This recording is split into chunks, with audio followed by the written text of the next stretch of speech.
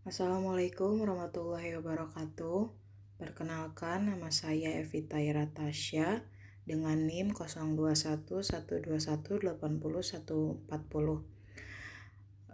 Di sini saya akan menjelaskan tentang penulisan karya ilmiah yang sudah saya kerjakan, penelitian tentang analisis deskriptif lingkungan kerja dan kinerja karyawan PT Tekwang pada bagian produksi. Yang pertama ada bab 1 pendahuluan. Sumber daya manusia di perusahaan perlu dikelola secara profesional agar terwujud keseimbangan antara kebutuhan dengan tuntutan dan kemampuan organisasi perusahaan. Pendahuluan. Yang kedua ada rumusan masalah. Yang pertama ini adalah bagaimana mendeskripsikan lingkungan kinerja pada PT produsen sepatu. Yang kedua, apakah lingkungan kerja memiliki pengaruh yang signifikan pada karyawan PT produsen sepatu? Apakah kinerja memiliki pengaruh yang signifikan pada karyawan saat kondisi COVID-19? Lalu yang selanjutnya ada uraian singkat gagasan. Dalam hal ini kita ketahui bahwa karyawan mempunyai peran yang strategis dalam perusahaan karena tenaga dan kreativitas yang sangat dibutuhkan oleh perusahaan untuk mencapai tujuan. Dan sumber daya manusia di perusahaan perlu dikelola secara profesional agar keseimbangan karyawan stabil.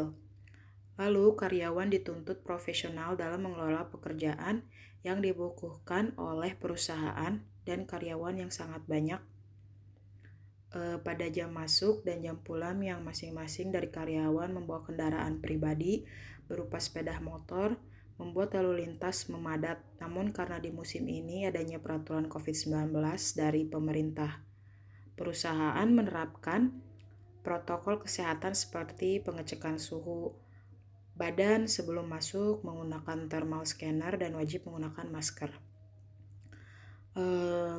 Lalu adapun tujuan penulisan karya tulis ilmiah ini adalah untuk mendeskripsikan lingkungan kerja dan kinerja karyawan. Lalu yang kedua untuk mengetahui dan menganalisis pengaruh lingkungan kerja pada karyawan PT produsen sepatu.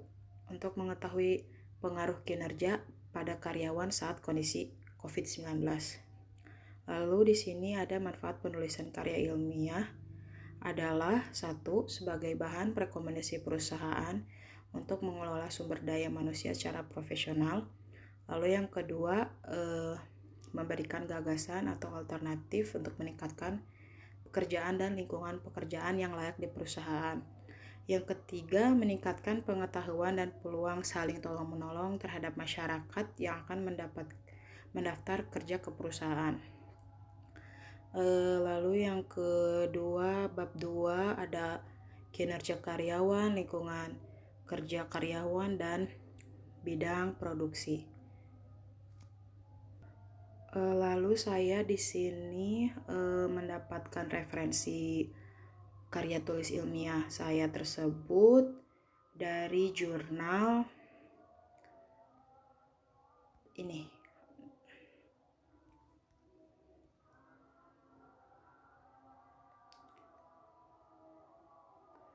Hubungan budaya organisasi dan komitmen organisasional dan kinerja karyawan dari Jessica Clarin Tanuwibowo, dan yang kedua dari jurnal pengaruh lingkungan kerja terhadap kinerja karyawan oleh Nela Pima Rahmawati, Bambang Swasto, Arik Prasetya. Mungkin sekian dulu penjelasan dari saya mengenai karya tulis ilmiah yang saya kerjakan ini. Apabila ada salah kata atau kesalahan, mohon dimaafkan, dimaklum. Terima kasih. Wabillahi taufiq wal hidayah. Wassalamualaikum warahmatullahi wabarakatuh.